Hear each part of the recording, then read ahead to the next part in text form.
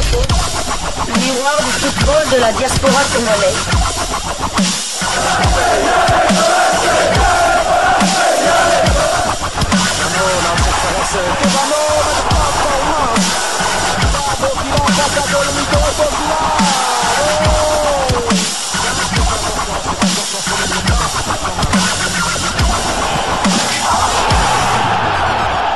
Diasco Foot, le miroir du football de la diaspora congolaise.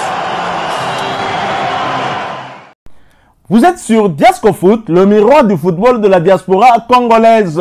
Diasco Foot vous dit bonjour, tout le plaisir est pour nous de vous retrouver, mais surtout de savoir que vous êtes nombreux en train de suivre votre chaîne YouTube dédiée uniquement aux footballeurs de la diaspora congolaise.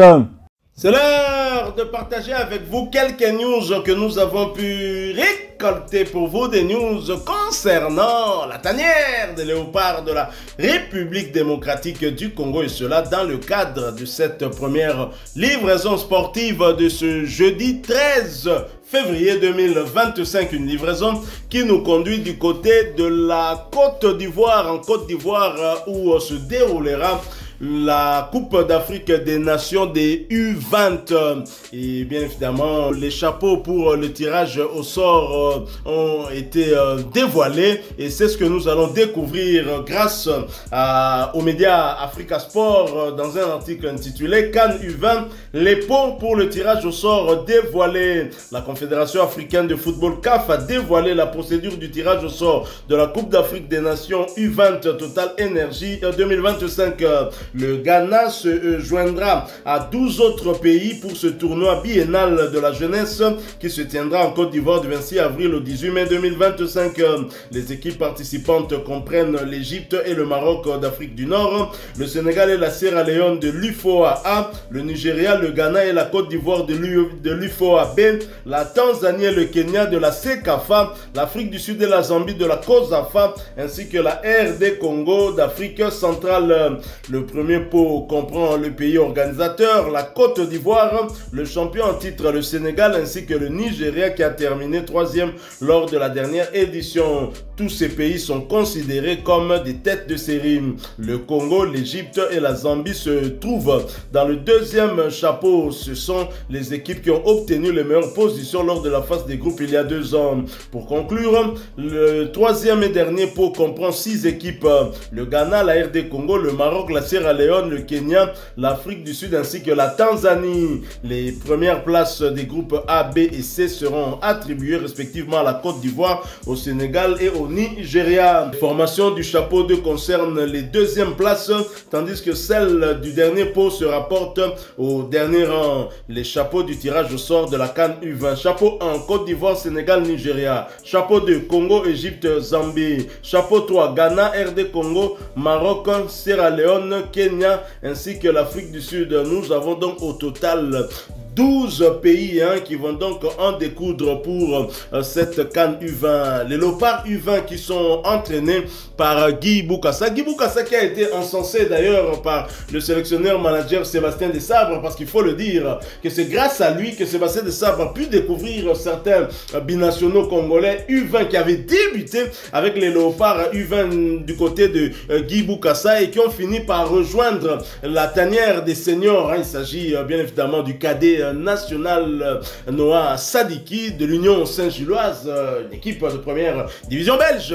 Il s'agit également d'un ancien de la première division belge. Lui nous venait du côté d'Anvers, dans le club de Mechelen KV, autrement dit Malines Football Club. Et lui, c'est Ngalael Mokaou qui fait aujourd'hui les beaux jours de Lille. Il faut rappeler également que le LOSC est qualifié pour les 8e de finale de la Champions League, alors que le Real Madrid qui jouait son match de barrage face à City en Angleterre, à Manchester, a battu cette équipe sur le score de 2-3. Je ferme la parenthèse, je suis madrilène, c'est quand même important pour moi aussi d'en parler. Cela, c'était avant-hier, mardi, du côté de l'Angleterre, bien évidemment. Alors, nous avons les 3 apôts.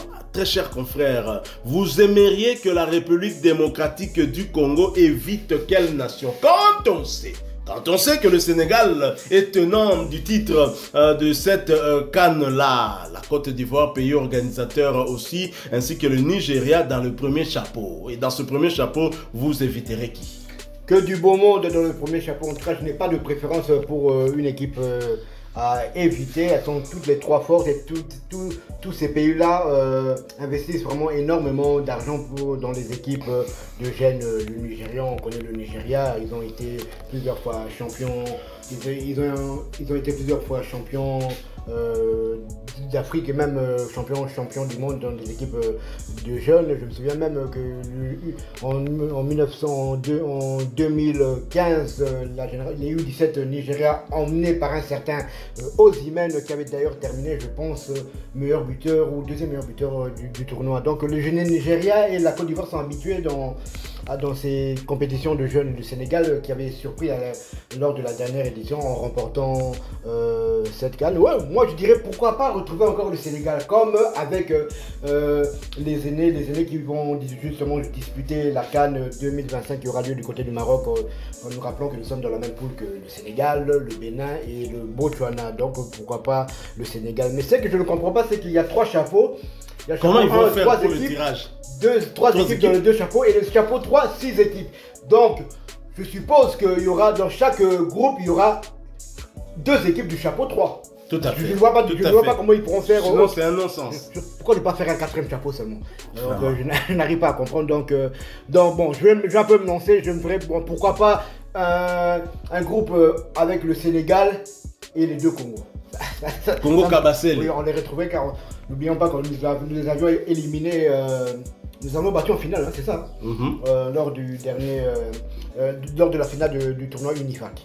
Tout à fait, c'était chez eux à Brazzaville avec une équipe diminuée. Hein. Donc là, ils étaient partis en mission suicide et ça a réussi à Guy Bokassa. Nous sommes fiers de ce jeune puisque la plupart, il y avait quand même quelques joueurs qui étaient venus de l'Europe, mais la plupart étaient des joueurs venus tout droit de Kinshasa avec les, comment ils s'appellent encore, Talassi, je crois. Hein. Matobo, tout ça, voilà. Oui, des joueurs qui se sont fait quand même un nom. Est-ce qu'Oscar Kabouit, non, Oscar Kabouit n'était pas là parce que le TP Mazembe avait eu entre-temps des matchs aussi importants, donc le TP Mazembe ne l'avait pas libéré. Exactement. Mais le sélectionneur manager Sébastien Desabre, lors de sa dernière interview du côté de Canal+, hein, chez nos confrères de Canal+, disait qu'on pourrait retrouver Noah Sadi qui est... c'est impossible, ils sont déjà dépassés. C'est le minimum, c'est maximum, c'est 2000, il faut être né en 2005. Oh, donc Noah Sadi, ils ont déjà dépassé. Ils ont déjà dépassé. Justement, c'est une compétition under 20, donc les moins de 20 ans. Et Noah Sadiki, ils ont déjà dépassé. Ils ont 20 ans, mais ils ont déjà dépassé. Ils ont déjà dépassé, tout à fait.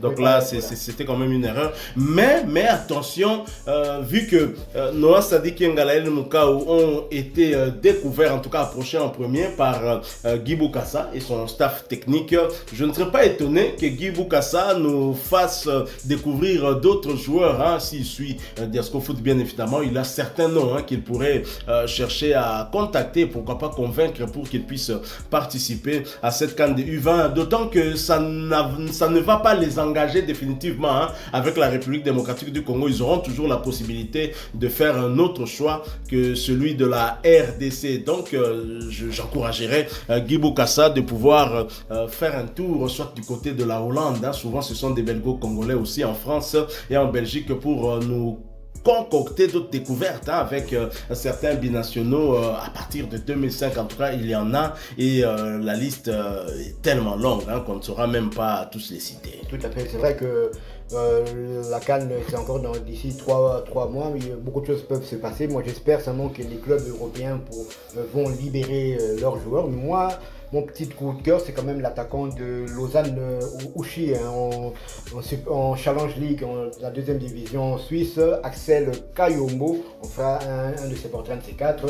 C'est le buteur de la saison. C'est d'ailleurs lui qui avait marqué l'un des 2 buts lors du deuxième match amical face à l'Arabie Saoudite. Un joueur à suivre, j'espère qu'il sera là parce que lui, personnellement, je le verrais bien faire la jonction avec l'équipe A dans pas longtemps.